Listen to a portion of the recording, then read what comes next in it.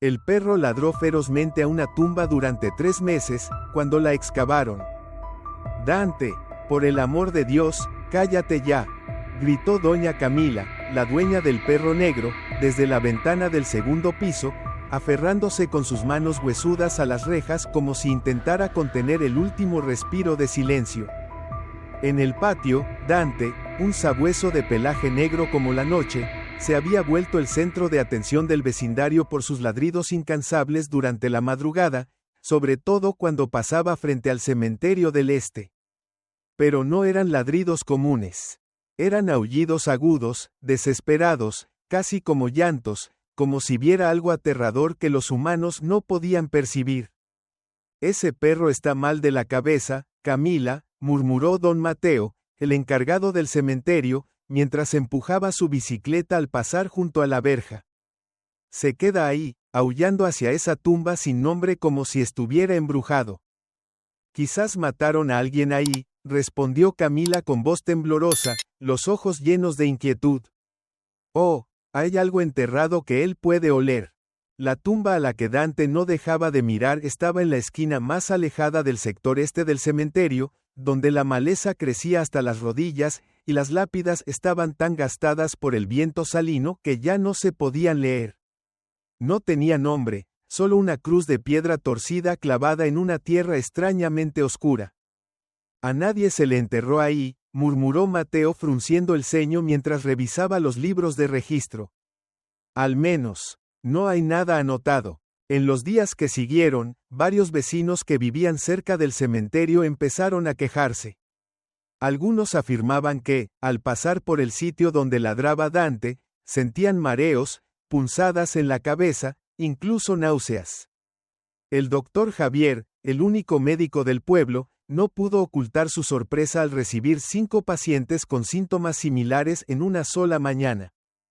Tienen malestares parecidos a los de una gripe, pero sin fiebre alta. Pulso acelerado, pupilas contraídas. «Qué raro», murmuró mientras revisaba los expedientes y miraba hacia el cementerio por la ventana del consultorio. Mientras los adultos se mantenían precavidos, los niños sentían una mezcla de miedo y curiosidad.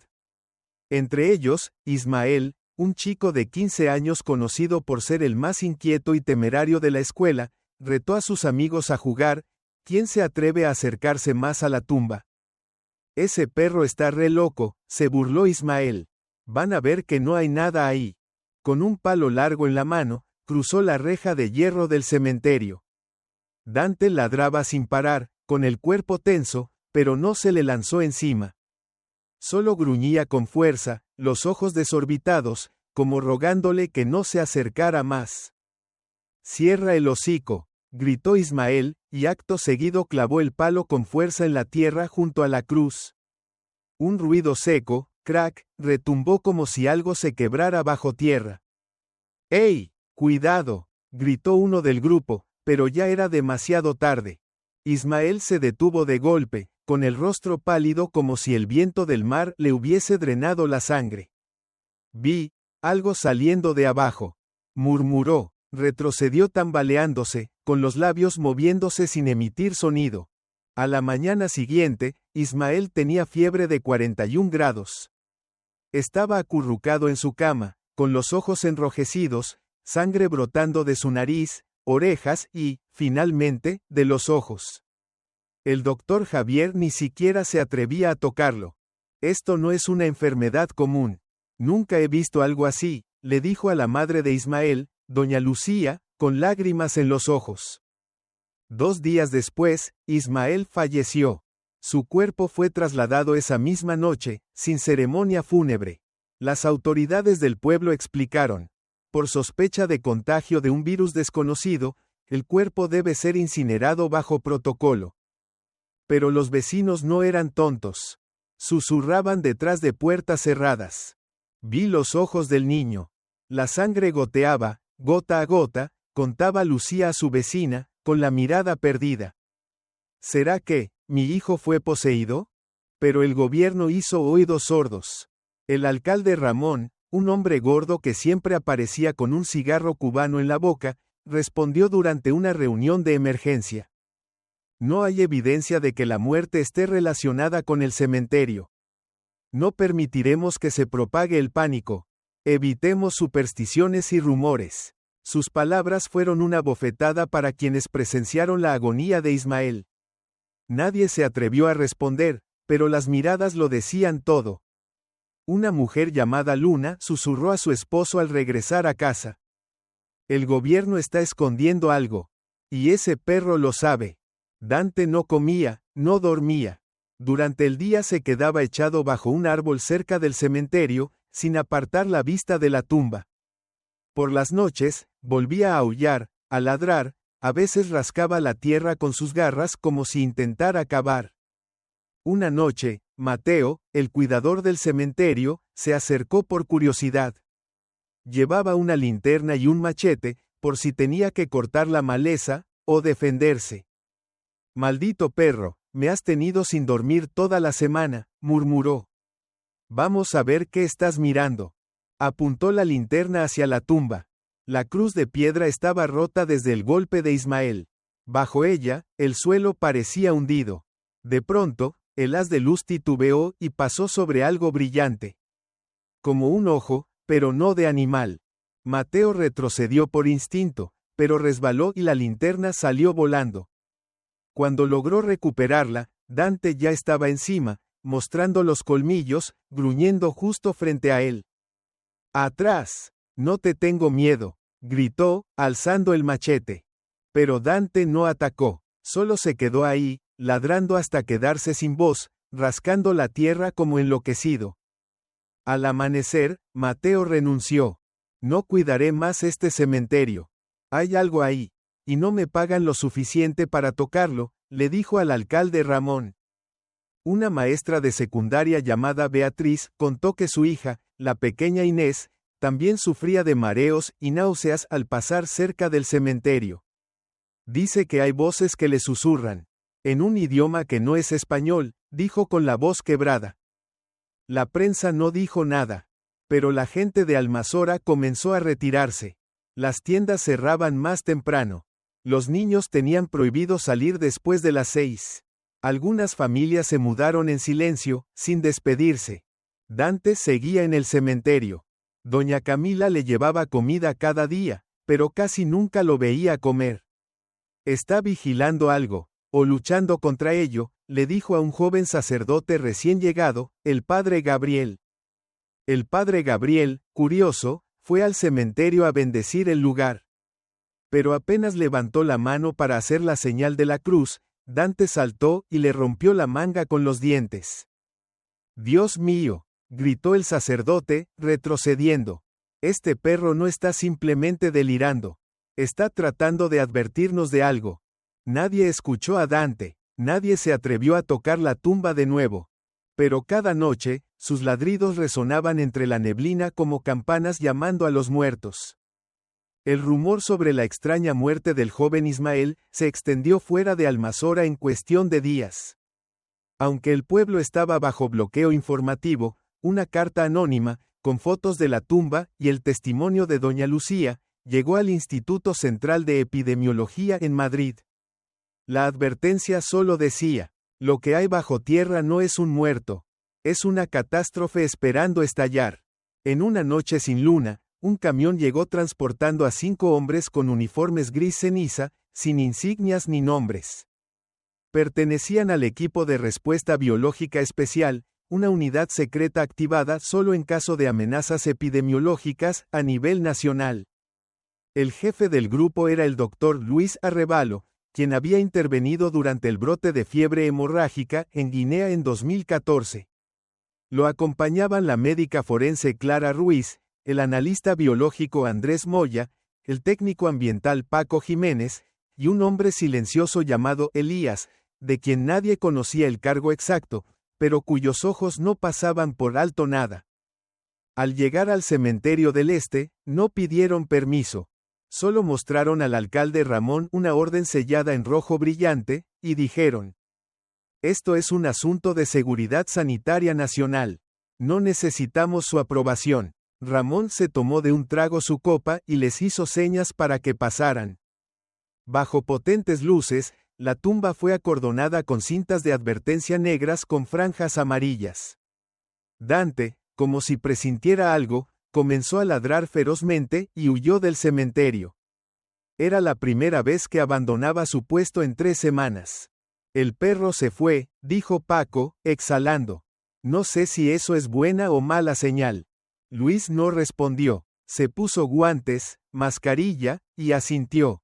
Excaven. Con cuidado. Nada de tierra volando. 2 hombres empezaron a cavar, enfrentándose a raíces densas y un hedor nauseabundo. En menos de 20 minutos, la pala de Paco golpeó algo blando pero firme, ni ataúd ni piedra. Hay algo aquí. No, no es un ataúd normal. Clara se agachó, retiró el plástico que envolvía el cuerpo, y retrocedió de inmediato. Dios mío, eso no puede ser humano. Un olor fétido invadió el aire, como cadáver sumergido en aguas negras por semanas, aunque curiosamente la tierra alrededor estaba seca. El cuerpo yacía de lado, con los miembros encogidos, la piel morada, cubierta de llagas, y las venas sobresaliendo como redes carmesí. Todo el cuerpo estaba agrietado, como si hubiese sido quemado. Sin llegar a morir del todo. Luis se acercó, con la mirada helada. Tomen una muestra de tejido. Rápido, antes de que sea demasiado tarde. Andrés se inclinó, y con un bisturí cortó un pedazo de tejido en la zona de la muñeca. Al hacerlo, un líquido espeso, marrón amarillento, brotó como sangre coagulada diluida, con un olor penetrante a metal y azufre. Espera, Paco retrocedió. Me siento mareado. Se desplomó sobre el pasto, con los ojos desorbitados y la boca emitiendo sonidos ininteligibles. Gas tóxico, gritó Clara. Usen las máscaras de alta protección ya. Elías arrastró a Paco lejos, le quitó el traje de protección y le vertió desinfectante sobre el cuello y la cara. Por suerte, Paco recuperó el conocimiento tras unos minutos, pero sus ojos estaban inyectados en sangre, y su pulso era el doble de lo normal. Escuché un murmullo dentro de mi cabeza. Susurró, aterrorizado. No, no era humano. Silencio, ordenó Luis. Sufriste alucinaciones por una reacción neurológica. Clara, envía la muestra al laboratorio. Andrés, lleva el cuerpo a la cámara estanca para su análisis. Clara trabajó sin pausa durante 4 horas en el laboratorio improvisado instalado en las afueras del pueblo.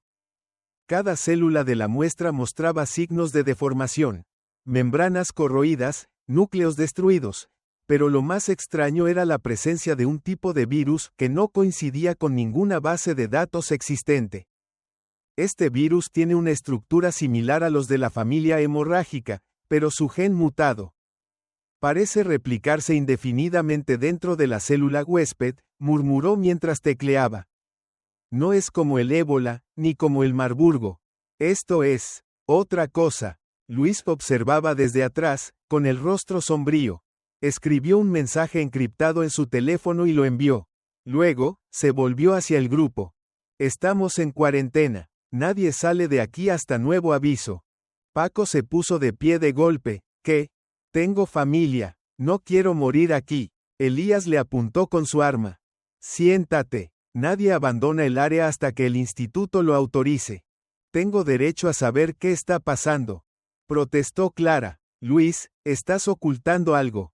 Deberías preocuparte por conservar tu vida, no por tus derechos, respondió Luis sin inmutarse. De lo contrario, podrías convertirte en el próximo espécimen. Andrés se dejó caer en una silla, murmurando como para sí mismo. Desenterramos algo que nunca debimos tocar. 4 días después, todo el grupo desapareció del área. Las autoridades informaron que fue una fuga de gas tóxico que resultó fatal, pero nadie vio los cadáveres. Solo Elías apareció más tarde en un video borroso captado por una cámara de seguridad cerca de la sierra de Jabalambre. Conducía un camión militar, rumbo a un lugar que no figuraba en ningún mapa. En Almazora, llovió incesantemente durante 3 días tras la misteriosa desaparición del equipo. Los vecinos prácticamente aceptaron el silencio.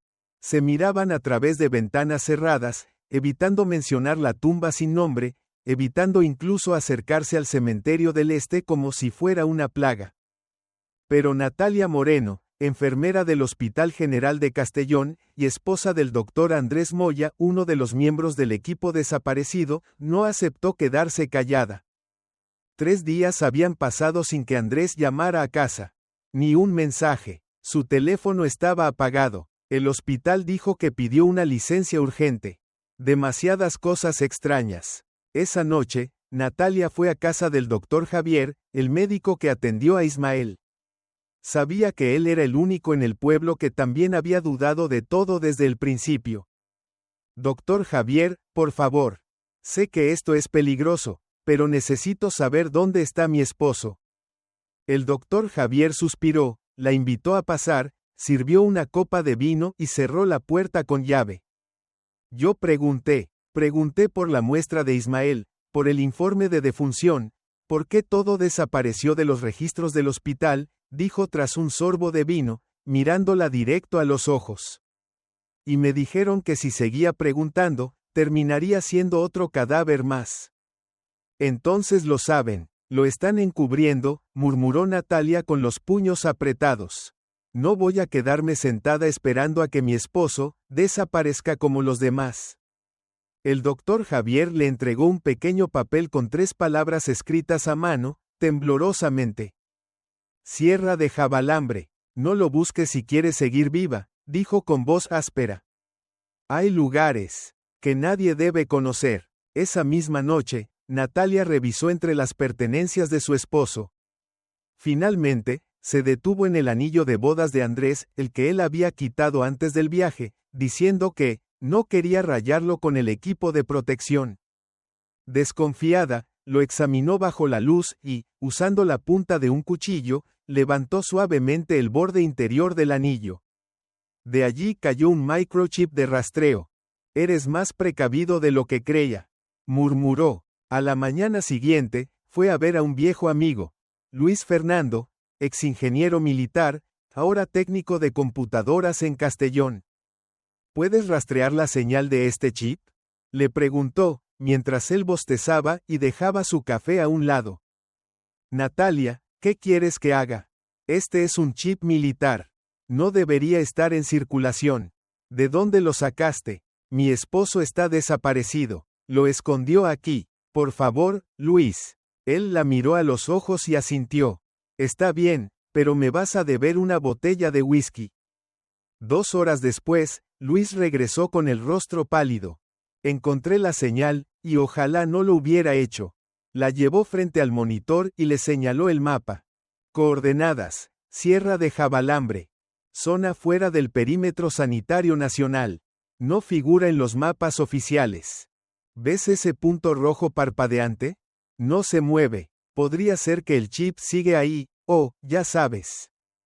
Él sigue ahí, susurró Natalia, con lágrimas cayendo. Tengo que ir. ¿Estás loca? No puedes ir sola, gritó Luis. Ni las fuerzas especiales se acercan a esa zona. No voy a estar sola.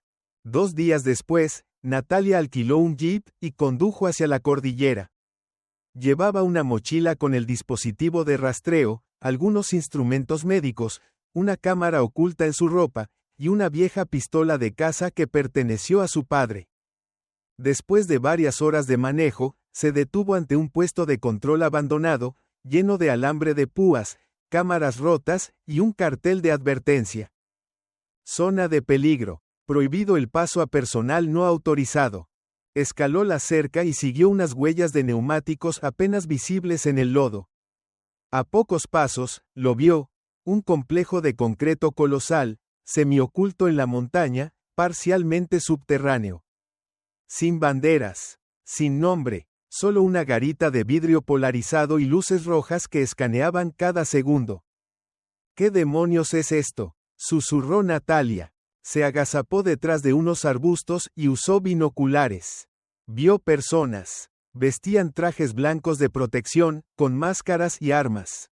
Dentro del complejo, a través de una rendija en una ventana, distinguió una figura esquelética, con la mano apoyada contra el vidrio, como pidiendo ayuda. Dios mío, sollozó. Están vivos. Una voz a sus espaldas hizo que su corazón se detuviera. Vete de aquí, ahora. Natalia se giró. Un hombre estaba parado ahí, vestido de civil, con una gorra. Pero su mirada era filosa como una cuchilla. ¿Quién eres? Alguien que estuvo ahí dentro, respondió. Y sobreviví para advertirte. Si avanzas más, morirás. Como quisieron hacer conmigo. Mi esposo está ahí dentro. Gritó Natalia. Y lo entiendo, pero necesitas la verdad, no emoción. El hombre le entregó una carpeta gastada, con un sello borroso en la tapa. Unidad 13. Sujeto posiblemente infectado. Contacto prohibido. Me llamo Carlos Roldán, técnico sanitario. Trabajé ahí. No tratan a nadie. Mantienen a los pacientes como animales. Esperan que mueran, para que el virus no escape. ¿Pero por qué? Carlos la miró en silencio por unos segundos. Luego sacó de su bolsillo una grabación. Logré extraer este fragmento. Escúchalo. La voz salió por el pequeño altavoz. El sonido era levemente distorsionado, pero claramente se trataba de un hombre de mediana edad, hablando un español perfecto con acento de Madrid. Ellos no son pacientes. Son desechos biológicos. Ninguno de ellos merece ser salvado. Natalia se estremeció. ¿Quién dijo eso? Carlos respondió, el doctor Ricardo Rivas. La sede principal del Instituto Nacional de Seguridad Epidemiológica se encontraba en lo profundo del complejo Ciudad Universitaria de Madrid. Un edificio de concreto gris, que por fuera parecía una institución de investigación médica cualquiera, pero por dentro era el origen de secretos tan aterradores que Natalia apenas comenzaba a descubrir. En una sala de reuniones sin ventanas, bajo la luz tenue de tubos fluorescentes, se proyectaban paneles llenos de datos, gráficos tridimensionales de virus y curvas de contagio.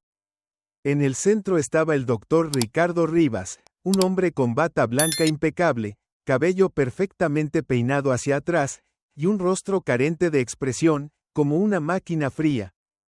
La curva de infección se ha estabilizado en el modelo de simulación, informó un técnico. La cepa X12 solo se activa si entra en contacto con tejido en descomposición. Entonces dejemos que se descompongan, respondió Rivas con frialdad. Cada minuto que pasa es una nueva variable. No acepto riesgos. Fuera de la sala, Carlos Roldán, el mismo que ayudó a Natalia a acercarse al perímetro, estaba ahora en un café barato de Valencia, transfiriendo el archivo de audio a Natalia mediante una memoria USB. ¿Quieres saber quién es Rivas? Te lo diré. Natalia asintió, grabando toda la conversación. Fue uno de los expertos en vacunas más reconocidos de España. Le decían el Infallible, pero en 2018, le retiraron los fondos cuando falló la fase 3 del programa de vacunas de defensa. Fase 3. ¿Eso significa pruebas en humanos? Preguntó Natalia rápidamente. Sí, Carlos asintió. Necesitaba datos reales, pero no tenía autorización. Entonces, recurrió a un asentamiento de inmigrantes en Sevilla. Dios santo, susurró Natalia. Nadie los reportó como desaparecidos. Nadie investigó. Eran fantasmas sociales. Y Rivas les inyectó una vacuna incompleta, con un virus no estabilizado. Resultado: decenas de muertos con síntomas idénticos a los de Ismael. ¿Y el gobierno no hizo nada? Exclamó ella. Sin cadáveres, no hay investigación. Los cuerpos fueron cremados en el crematorio del hospital militar, dijo Carlos recostándose. Yo era perito forense allí. Vi el nombre de Rivas en los registros de incineración. Natalia se mordió el labio hasta sangrar. ¿Y el cadáver en la tumba de Almazora? Carlos asintió lentamente. Uno de los vacunados, pero no murió de inmediato. Cayó enfermo al 7º día. Sangre envenenada, piel en descomposición, pero seguía con vida. Lo llamaron espécimen A. Dios mío. En lugar de tratarlo, Rivas ordenó inyecciones inhibidoras y lo enterró vivo en el cementerio del Este, para observar cómo evolucionaba el virus en un entorno de putrefacción. ¿Enterrado vivo? Sí, no te imaginas lo que es capaz de hacer Rivas para proteger su carrera científica. Natalia sacó la grabadora y la apretó con fuerza. Necesito pruebas. Necesito el nombre del espécimen A. Voy a llevarlo a juicio. No se puede, suspiró Carlos. La identidad de la víctima está cifrada con código genético. Sin nombre, sin lugar de origen, solo el código ADN. AXR203 Omega. ¿Y mi esposo, Andrés? Carlos guardó silencio unos segundos, luego sacó un dossier y lo dejó sobre la mesa con un golpe seco. Esta es la lista del equipo de campo que fue puesto en cuarentena. Andrés fue el único que logró tomar una muestra del tejido de espécimen A antes de que el cuerpo se desintegrara por completo. Pero descubrió algo, diferente. ¿Diferente cómo? Escribió en sus notas que el virus en el cadáver mostraba signos de desarrollar conciencia propia. No era solo un parásito. Aprendía, se adaptaba. ¿Un virus con inteligencia? Eso fue lo que aterrorizó a Rivas. Por eso encerraron al grupo. Por eso desaparecieron. Natalia golpeó la mesa. No puede ocultarlo para siempre. Carlos negó con la cabeza lentamente. Rivas no trabaja solo. Tiene respaldo del Ministerio de Defensa, Inteligencia y Farmacéuticas extranjeras.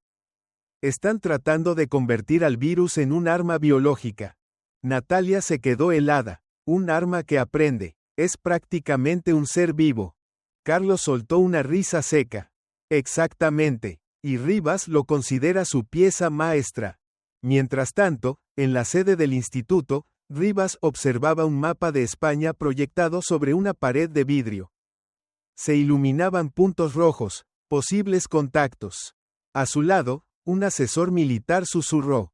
Hay informes de que Natalia Moreno está investigando la verdad. Lo sé, respondió Rivas sin girarse. Solo es una enfermera, y será aplastada por el mismo sistema en el que confía. ¿Desea que la eliminemos? No todavía. Dejémosla acercarse un poco más. Cuando tenga suficiente evidencia, sabremos quién está en contra de nosotros. Se dio la vuelta. Sus ojos ya no eran los de un científico, sino los de un comandante en una guerra biológica. El viento en la sierra de Jabalambre aullaba con un frío cortante, como si ese lugar jamás hubiera conocido el calor de la vida. Bajo las capas de piedra gris del centro de aislamiento ultrasecreto, 58 almas seguían con vida o más bien, seguían confinadas como animales, en silencio, olvidadas. Natalia regresó a Valencia en silencio. La grabación de Carlos pesaba en su bolsillo, pero aún más pesada era la verdad. Si todo era cierto, su esposo Andrés no solo estaba encarcelado. Estaba marcado para ser eliminado. Esa noche, en una habitación barata cerca de la estación de tren, Natalia se acurrucó frente a su laptop. Conectó los auriculares y reprodujo la grabación otra vez. Una voz masculina, grave, como una cuchilla. Ellos no son pacientes. Son desechos biológicos. Voz secundaria. ¿Y cuál es el siguiente paso, doctor? Simple. Un incendio. Una fuga de gas. En 12 minutos, todo el complejo arderá. ¿Estás seguro? Hay niños entre ellos. Si escapan, España será un matadero. No estoy bromeando. Natalia rompió en llanto, con las manos temblorosas mientras repetía esa última frase. Un matadero. Dios mío. Sacó el USB y lo guardó en el bolsillo del pecho. Sabía que el tiempo se agotaba. En menos de 72 horas, todo el complejo sería eliminado, junto con las 58 vidas atrapadas allí. Incluyendo la de Andrés. Al día siguiente, Natalia regresó a casa de Luis Fernando, el ingeniero informático que había ayudado a localizar el chip de Andrés. Luis abrió la puerta con ojeras profundas. Desapareciste 2 días. Pensé que te habían atrapado. Necesito que descifres estos datos, dijo, entregándole el USB. Busca cualquier detalle sobre la hora del incendio, planos de las celdas, cualquier cosa del plan de exterminio. Luis conectó el USB. Su mirada se fijó en la pantalla, donde aparecían archivos en su mayoría fuertemente encriptados, aunque algunos audios y documentos estaban ocultos bajo formato de imágenes. Un truco viejo, murmuró. Los datos están en los metadatos de imágenes médicas. Necesito unos minutos. Hazlo rápido, Luis. Vidas dependen de ti. 17 minutos después, encontró un archivo de audio sin cifrar. La voz de Rivas, nítida. El plan se ejecutará a las 3:30 de la mañana de la madrugada, este jueves. Se abrirán las válvulas de cloro durante 8 minutos, luego se activará la ignición desde el sistema técnico. Las cámaras se cortarán a las 3:20 de la mañana exactas. Todo será reportado como un accidente fuera de control. Nadie sospechará. Luis alzó la vista, pálido. Este jueves. Faltan menos de 3 días. Sí, asintió Natalia. Y debo salvarlos antes de que eso ocurra. Luis parpadeó. ¿Qué vas a hacer? Difundir esta evidencia. Llamar a los medios. Obligar al gobierno a actuar. Estás loca. Te enfrentas a una red que controla el gobierno y el ejército. Te borrarán antes de que pulses publicar. Ya no tengo nada que perder, respondió. Y hay 58 personas allá dentro. ¿Lo entiendes? Luis no respondió, pero le entregó un disco duro encriptado, con protección OTP y huella digital. Usa esto. Solo se abre con tu huella. Y, si algo te pasa, me encargaré del resto. Natalia sonrió débilmente. Gracias, Luis. Te debo la vida. Al mismo tiempo, en el perímetro del complejo, ocurrió algo extraño. El perro negro, Dante desaparecido del cementerio, apareció junto a las rejas del complejo. Un guardia vio una sombra entre la niebla. Era Dante, ladrando con un tono grave y apagado. ¿Un perro?, murmuró el guardia, levantando el arma. ¿Cómo demonios entró aquí? Dante no se acercó. Caminó alrededor de la cerca, luego desapareció entre los arbustos. A la mañana siguiente, hallaron su cadáver al pie de la reja, cubierto de barro, las garras desgastadas, los ojos abiertos. Junto a su cuerpo, una larga zanja marcada en la tierra claramente había estado intentando cavar hacia adentro. De regreso en Valencia, Natalia abordó un autobús nocturno, abrazando su mochila. Su mente corría contra el reloj. Al llegar a Almazora, caminó en silencio frente al cementerio del Este, el lugar donde todo comenzó. Se detuvo junto a la tumba sin nombre, mirando fijamente la cruz de piedra partida en dos. Susurró como si hablara con el alma enterrada debajo. No dejaremos que incineren la verdad. Esa noche, entró al único cibercafé que seguía abierto hasta tarde. El encargado la vio y murmuró. Usted es la que busca a su esposo, ¿verdad? Tenga cuidado. Hace unos días vinieron unos tipos raros preguntando por usted. No tengo miedo, respondió ella. Eligió un rincón apartado, conectó el disco duro, activó la VPN y la doble capa de cifrado. Al abrir el primer archivo, apareció un video. Imágenes de niños en celdas, llorando, golpeando el vidrio, llamando a sus padres con voces roncas. Una niña decía, mamá dijo que el doctor me iba a curar. Natalia sintió un nudo en la garganta. No podía esperar más. Estaba por publicar todo, pero aún no. Esa noche, recibió una llamada desde un teléfono público. ¿Aló?, contestó con cautela. ¿Natalia Moreno? Una voz grave, desconocida, áspera. ¿Quién habla?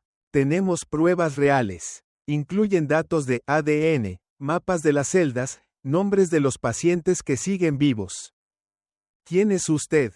No importa, pero debe actuar ya. Si no, todos morirán con ellos. La llamada se cortó. En la pantalla del teléfono aparecía el origen. Cabina pública, centro de Valencia. Natalia apretó el puño, labios firmes. Era momento de apostarlo todo por 58 vidas, por su esposo, y por el alma de un perro que murió intentando salvar a los humanos. A la mañana siguiente, Natalia salió de Almazora antes del amanecer. El cielo era gris, sin sol, y un viento gélido soplaba desde la sierra de Jabalambre, como un presagio siniestro. Llevaba el USB, la grabación, el chip de datos ADN prometido por el hombre misterioso y, lo más importante, una tenue esperanza de que la verdad aún podía salvar vidas. Pero apenas 24 horas después de la llamada desde el teléfono público, todo comenzó a desmoronarse. En el pequeño hotel donde se hospedaba, la dueña, una mujer de mediana edad llamada Doña Merche, tocó su puerta a las 7 de la mañana. «Señorita Natalia, preguntaron por usted en el café ayer. Eran tipos extraños, no parecían policías. Dijeron ser amigos viejos, pero su tono no era nada amistoso». Natalia se quedó paralizada. ¿Qué preguntaron? Solo si trabajó en el hospital de Castellón. Y por su esposo. No les dije nada, pero tengo miedo. Natalia le agradeció, y de inmediato recogió sus cosas, borró todo del laptop, y quitó la batería del celular. Sabía que lo que llevaba ya no era solo información. Era una sentencia de muerte para quien se atreviera a hablar. De camino al salir del hotel, se detuvo en otro café, donde tenía cita con un periodista independiente llamado Óscar Beltrán, conocido por investigar escándalos sanitarios en el país.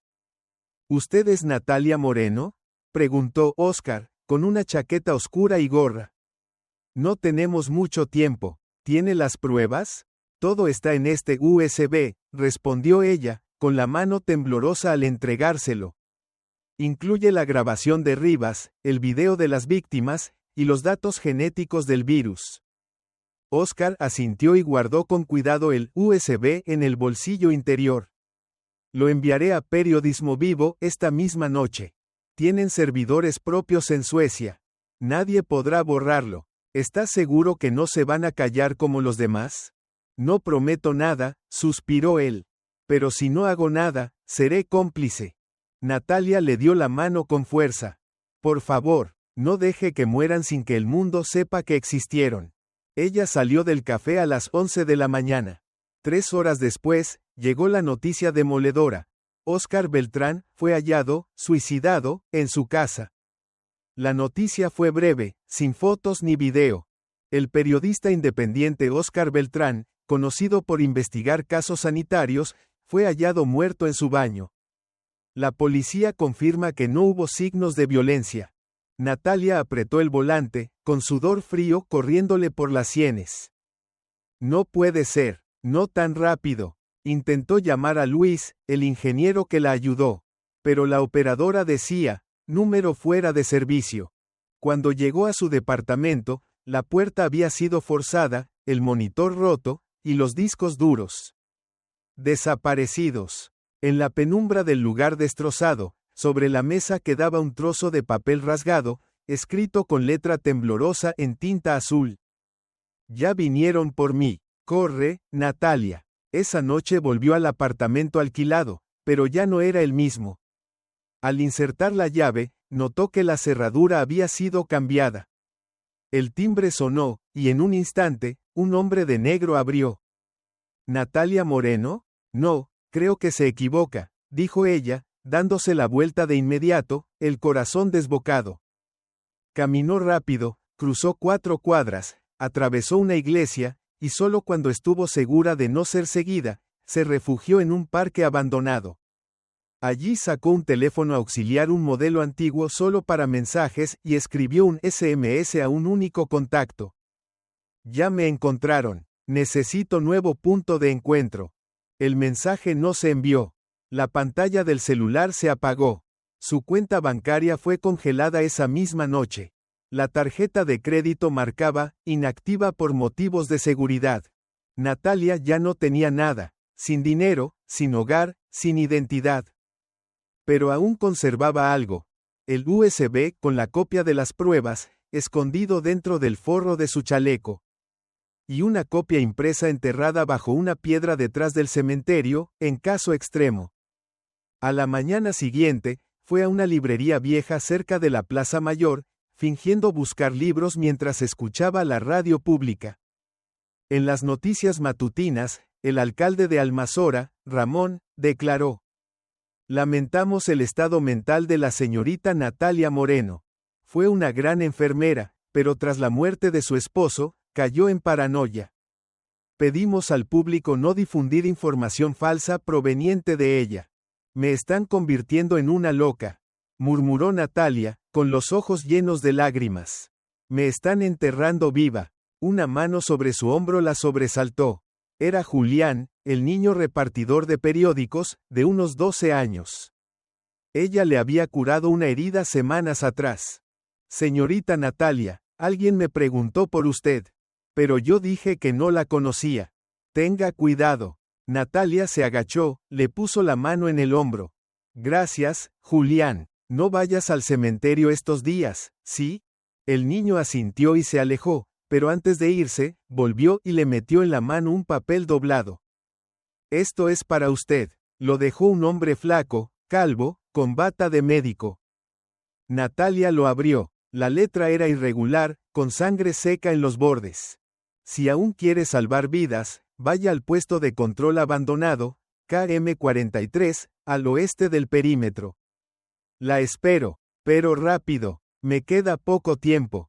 Sin firma, sin datos. Pero Natalia sabía, era el hombre que la había llamado desde la cabina pública.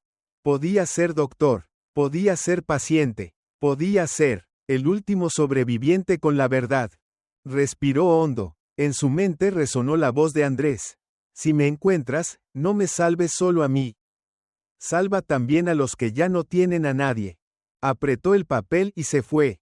Al atardecer, el cielo al oeste de la sierra de Jabalambre se cubrió con nubes de plomo, pesadas, lúgubres. Natalia recorrió los caminos montañosos con las manos firmes en el volante, los ojos clavados en un mapa viejo y una dirección escrita a mano. Puesto de control abandonado, KM43. El lugar no estaba en Google Maps. Sin señales, sin habitantes. Solo maleza, musgo y una garita desvencijada, erosionada por el viento como un ataúd de pie en medio del bosque. Detuvo el auto, respirando con dificultad. El frío era cortante. En su mente solo había una idea. Si no los salva esta noche, todos morirán. Se acercó lentamente al puesto. La puerta de madera crujía entreabierta. Dentro, una luz tenue salía de una lámpara de aceite. Olía a humedad y a antiséptico viejo. ¿Hay alguien?, llamó en voz baja. Soy Natalia Moreno. Vengo por el mensaje. Una tos pesada respondió desde el rincón. Luego, una figura tambaleante emergió. Delgado, con la piel pegada al hueso, mechones de cabello caído, pero con ojos lúcidos de forma extraña. Yo, soy el doctor Mario Vélez, murmuró, con sangre en la comisura de los labios. Trabajé en la unidad 13, zona de aislamiento. Natalia corrió a sostenerlo. Está infectado. Sí, fase final. Pero me queda tiempo para darte esto. Sacó de su bolsillo un chip pequeño envuelto en plástico médico. Con manos temblorosas, lo depositó en la palma de Natalia. Estos son los datos genéticos del virus. Todo el genoma, variantes, adaptaciones y los nombres de los que siguen vivos. ¿Cuántos?, susurró Natalia. 58. De ellos, 9 son niños. Se dejó caer en una silla, respirando con dificultad. Escondí esta lista antes de que me llevaran al cuarto de eliminación. Cuarto D. Natalia se quedó helada. Mario asintió. Lo llaman sala de neutralización biológica. Pero en realidad es un crematorio. Si nada cambia esta noche, todos serán gaseados con cloro y luego quemados. Y el mundo jamás sabrá que existieron. Vidas humanas, eliminadas por miedo. Natalia tembló. Mario sonrió débilmente. Usted es la última esperanza de ellos. No la OMS, no el ejército. Usted, una esposa que se negó a guardar silencio. Natalia se arrodilló junto a él, los ojos nublados de lágrimas. Voy a publicar todo, lo juro. Mi esposo está entre ellos. Mario le entregó un mapa impreso a mano, con las celdas, el sistema eléctrico y el trayecto subterráneo de salida. Un punto rojo estaba marcado cuidadosamente, celda número 14 Moya, A. Él sigue vivo, dijo. Débil, pero con vida. Natalia sollozó. Yo, no sé cómo agradecerle. No me agradezca. Viva para contarlo. Mario sonrió con debilidad. Yo, ya cumplí mi papel. La sangre brotó de su nariz, esta vez sin detenerse. Temblaba, luego convulsión o con acento agudo. Natalia presionó con un pañuelo, pero él apartó su mano. No, es inútil, debe irse, están rastreando la señal, no puede morir aquí. Mario, váyase, gritó por última vez. Natalia corrió fuera, atravesó el bosque sin mirar atrás. Detrás de ella, el puesto de control se hundía en la oscuridad, y el último médico que se atrevió a hablar había muerto en silencio. Esa noche, de regreso, Natalia pasó una vez más por el cementerio del este. Bajo el cielo inmóvil, se arrodilló ante la tumba de Dante, donde los habitantes del pueblo habían colocado una cruz de madera provisional con la inscripción: El perro que ladró sin descanso por los humanos. Colocó su mano sobre la piedra rota y susurró: Fuiste el único ser que luchó por nosotros. No dejaré que tu muerte haya sido en vano. En su mano tenía el chip. En su mente, el mapa. Y en su corazón, 58 vidas esperando ser salvadas. Se puso de pie, apretó su abrigo y miró hacia la montaña. Esta noche, será la línea entre la vida y el crematorio. Lo que ella no sabía era que, al mismo tiempo, Ricardo Rivas se encontraba en su oficina de vidrio polarizado en Madrid. Sobre su escritorio, una pantalla dividida en 4, cada una con una cámara interna del complejo de aislamiento. Celda 14, estado estable. El sujeto aún presenta respuesta neurológica, informó un técnico. ¿Se confirmó el horario del crematorio?, preguntó Rivas sin voltear. A las 3:30 de la mañana de mañana. Todas las unidades están de acuerdo. Rivas levantó el teléfono. Refuercen la seguridad perimetral a nivel 2.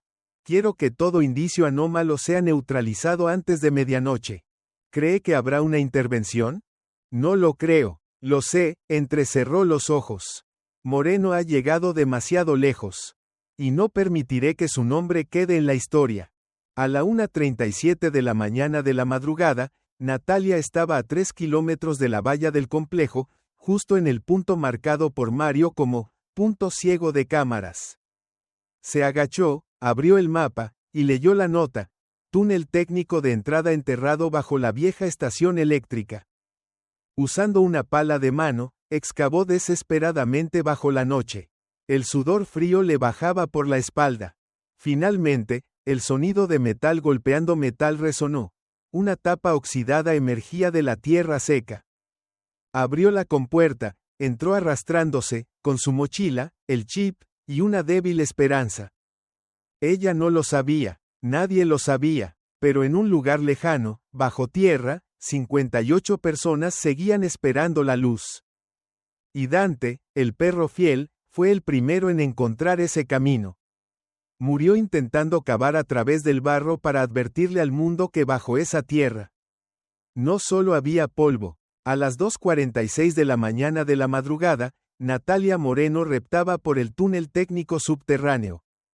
El aire era gélido y asfixiante, el viento silbaba por los respiraderos como si fueran los susurros de almas olvidadas. Sus manos apretaban el mapa y el chip de ADN envuelto en tela. Su corazón latía con fuerza, no solo por miedo, sino porque sabía que en menos de una hora, 58 vidas serían incineradas si fracasaba. Arriba, en el centro de control del complejo, todo seguía el protocolo, los conductos de cloro revisados, las cámaras desactivadas una por una, los guardias recibieron órdenes de descanso técnico. Ricardo Rivas lo había calculado todo. Pero lo que no había calculado era la fe, esa que no se apaga. 3:12 de la mañana.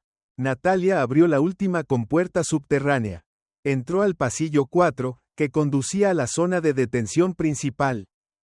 Todo estaba oscuro. El olor a químicos mezclado con el de cuerpos humanos acumulados la dejó sin aliento. Una voz débil rompió el silencio. ¿Quién está ahí? Alguien. Se sobresaltó, apuntó con su linterna. Un rostro demacrado, ojos hundidos como de quien muere de hambre. Era una mujer, Ana María, madre de 2 niños encerrados en la celda 9. Soy Natalia Moreno, Jade, o con acento agudo. He venido a salvarlos. No tenemos mucho tiempo. Conozco su nombre, lloró Ana. Su esposo, Andrés, sigue vivo. Siempre lo menciona en sus sueños. Natalia corrió en la dirección que Ana le indicó. Al llegar a la celda 14, casi cayó de rodillas. Andrés yacía encogido en el suelo, tan delgado que era irreconocible. Pero cuando ella susurró, Andrés, soy yo, Natalia. Sus ojos se abrieron lentamente. Y, como regresando del abismo, murmuró, Natalia. ¿De verdad viniste? Ella lo abrazó, sin palabras. Sus lágrimas mojaban su cuello. Traje las pruebas. Le mostraré al mundo lo que han hecho.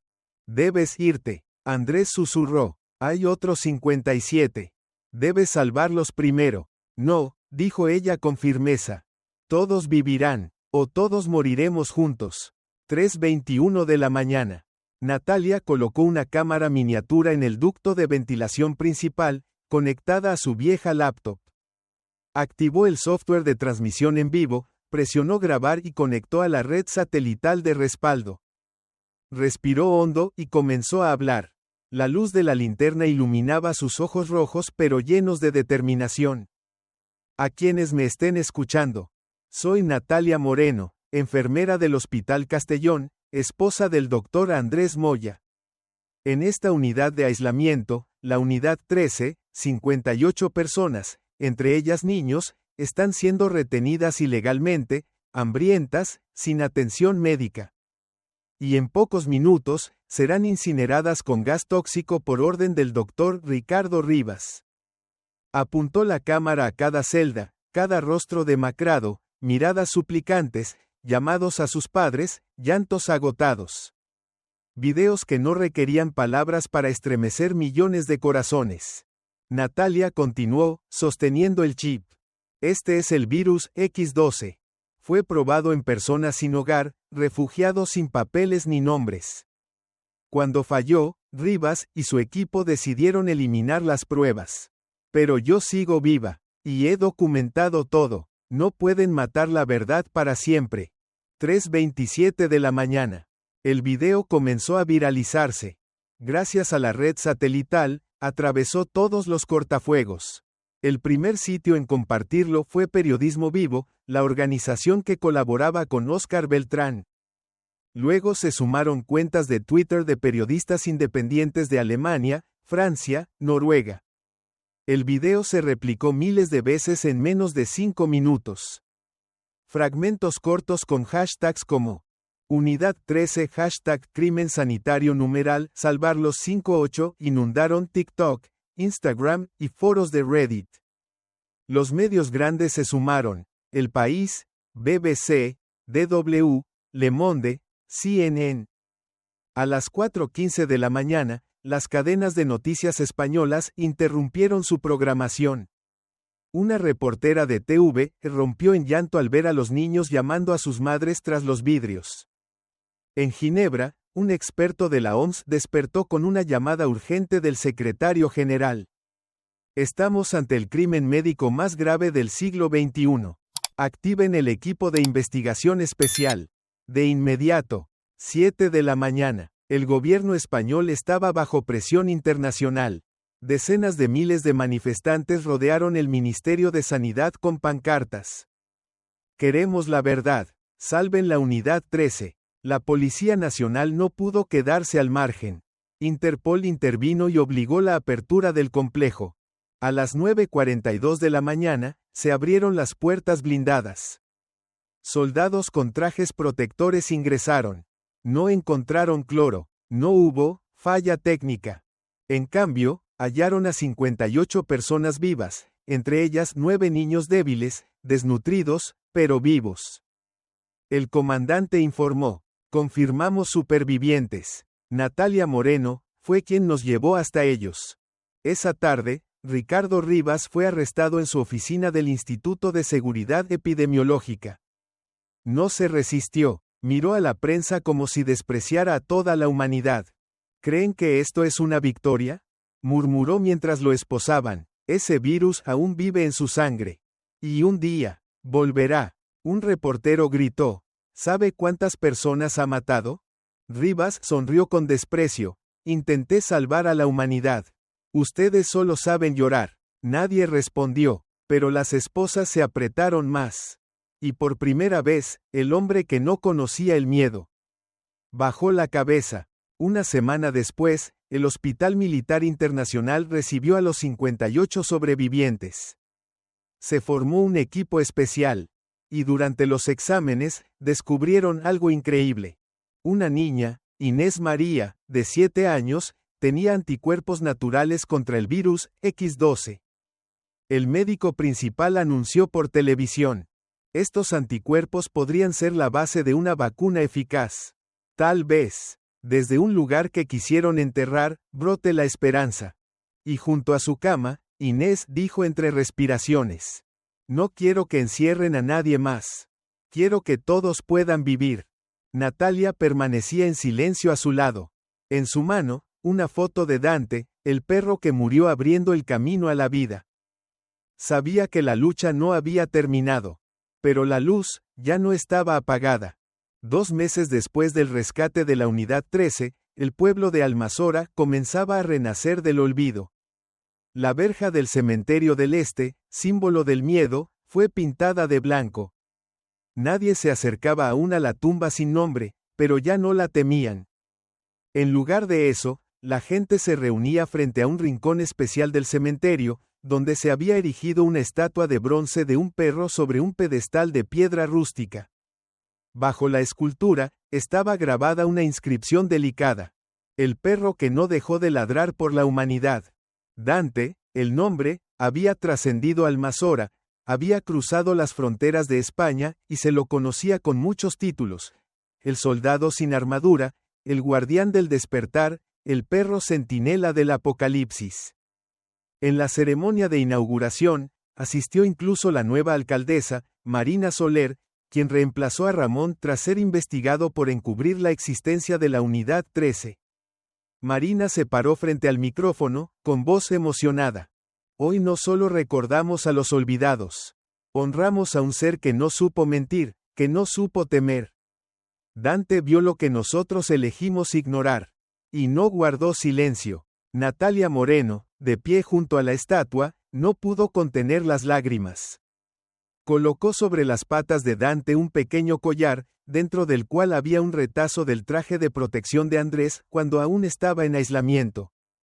Él despertó a todo un país, susurró: y tú no ladraste en vano. Mientras tanto, en la prensa internacional, Natalia era conocida como la voz de los olvidados. Una revista europea la llamó la Florence Nightingale del siglo XXI, pero ella rechazó todos los premios individuales. En su lugar, anunció la creación de una organización sin fines de lucro.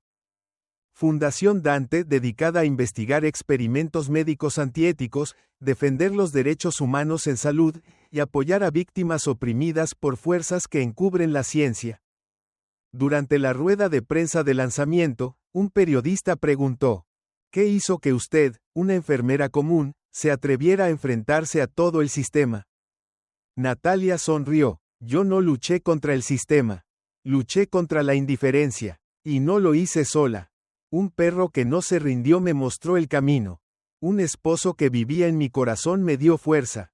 Y una comunidad global me apoyó cuando más lo necesitaba.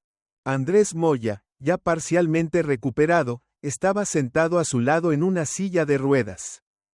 Aunque su cuerpo seguía débil, su mirada ya no era de desesperanza. Tomó su mano y dijo a la prensa: Natalia me salvó 2 veces. Una cuando el virus me devoraba. Y otra cuando el mundo me había olvidado. Otro reportero preguntó: ¿no le teme a que el virus regrese? Andrés sonrió levemente: me da más miedo el silencio. La historia no terminó allí. En el laboratorio de la OMS en Ginebra, científicos internacionales se congregaban alrededor de la muestra de sangre de la niña Inés María, sobreviviente con inmunidad natural al virus X12. El profesor alemán Dr. Ulrich Bergmann, líder del equipo de investigación, declaró ante la prensa: los anticuerpos en su sangre no solo neutralizan el virus X12, revelan una estructura proteica nueva que podría abrir la vía a una vacuna universal contra virus hemorrágicos. ¿Podremos detener pandemias futuras? Preguntó un periodista. Si todo sale bien, sí. Y todo gracias a una niña de 7 años de un lugar que nadie miraba. Inés, entonces en una sala de recuperación, dibujó una imagen. Un perro negro frente a una gran puerta abierta, detrás de la cual 58 personas caminaban hacia la luz. Le dijo en voz baja a su madre: ya no quiero que encierren a nadie como a nosotros. En la Corte de Madrid, el juicio a Ricardo Rivas se convirtió en el proceso médico más grande en la historia de España. Las pruebas que Natalia entregó fueron presentadas al tribunal. Grabaciones, videos, datos genéticos, la lista de víctimas y el testimonio del doctor Mario Vélez, grabado antes de su muerte. Cuando Rivas fue conducido a la sala, esposado, aún con su traje gris impecable, todo el lugar quedó en silencio. Un periodista susurró: el hombre que alguna vez fue un héroe contra las epidemias. Hoy es un criminal internacional. La fiscalía abrió con firmeza. Dr. Ricardo Rivas está acusado de 27 cargos, incluyendo experimentación ilegal en humanos, homicidio masivo, ocultamiento de información médica y conspiración para destruir pruebas vivas. ¿Tiene algo que declarar?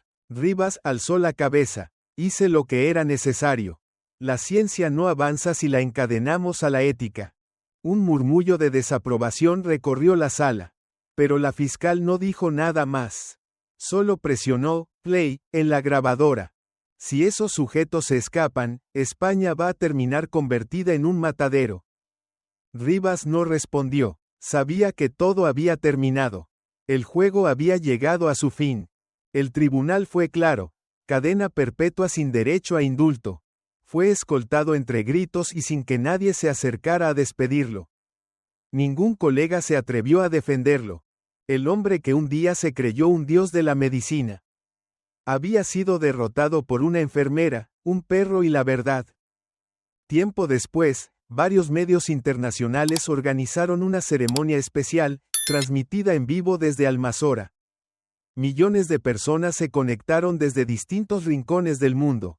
Todos querían escuchar la voz de la mujer que había logrado lo impensable. Natalia subió al escenario, sostuvo el micrófono con ambas manos, respiró profundo y luego habló. Hoy no hablo como testigo ni como víctima. Hablo como una persona común y corriente. Porque son las personas comunes como ustedes las que cambian la historia. Levantó la fotografía de Dante, con la voz quebrada. El mundo no se rescata con armas.